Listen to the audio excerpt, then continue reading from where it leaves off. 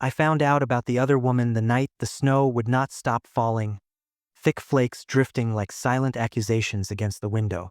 It was late, far too late for visitors, but someone knocked anyway. 3 quiet taps that pierced the stillness.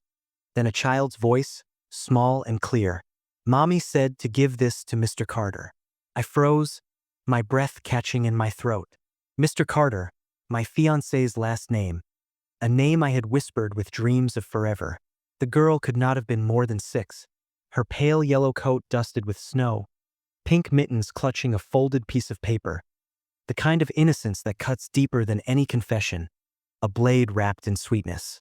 She handed it to me with a shy smile before running back to a car idling in the dark, its headlights dim in the swirling white. When I unfolded it, my fingers trembling, I saw a Christmas card, bright and cheerful. Inside was my fiancé's face, smiling wide, his arm around another woman, her handwriting curling across the page. "Our first holiday as a family again. Welcome home." The words burned into my soul, a truth I could no longer deny. When I first met Julian, I thought I had found calm after years of chaos, a safe harbor in a storm-tossed life. He was steady, charming in a quiet way that made my heart unclench, and seemed to understand the exhaustion of being the strong one all the time, the weight I carried alone. We met in Atlanta at a gallery opening I did not even want to attend, my feet dragged there by a friend's insistence. He had admired a painting I loved, an abstract of tangled hands reaching through chaos, and said, his voice low and warm, "That is how love feels, messy but holding on." I should have known then, should have seen the warning in his words, but I was too enchanted, too ready to believe. He talked about roots, about wanting a slower life away from the city's noise. So when he suggested moving to Whitewood, his quaint snow-laced hometown, I followed, my heart full of hope. A fresh start, he said, his eyes promising forever. A place where people still say good morning, where life felt simple and true. The house we bought was pale yellow with creaking floors and drafty windows that rattled in the wind. I thought it was charming, a storybook beginning. I did not know it was a shrine to his unfinished past, a facade hiding secrets in every shadow. The first signs came softly, whispers I tried to ignore. A box in the attic labeled old family things, tucked away like a memory he could not let go. Inside, a woman's scarf, the perfume still clinging to the fabric, a scent that lingered in the air like a ghost. Phone calls he took on the porch, whispering under his breath, his back turned to the glass. A photograph turned face down in his study, its frame cold under my fingertips. I told myself I was imagining it, paranoia born of past hurts. I wanted to believe in him more than I wanted the truth, wanted the fairy tale to be real. Then came the nights he worked late, his excuses smooth as silk. The morning he forgot which story he had told, his eyes flickering with something I could not name. And that card, that little girl on my porch with pink mittens, ended all the pretending, shattered the illusion with a child's innocent hand. I did not confront him right away. That is not how you win, not how you reclaim what is yours. Instead, I smiled, kissed him goodnight, my lips steady despite the ache, watched how easily he slept beside me, his breathing deep while my heart raced with plans. The next morning, I started taking notes, dates etched in my mind, times marked like wounds, names on envelopes that led me deeper into his lies. I learned she lived 10 minutes away in the same town, in a small white bungalow bathed in the same snow. Her name was Leah, his ex-wife, divorced on paper but not in heart, their bond a thread he never cut.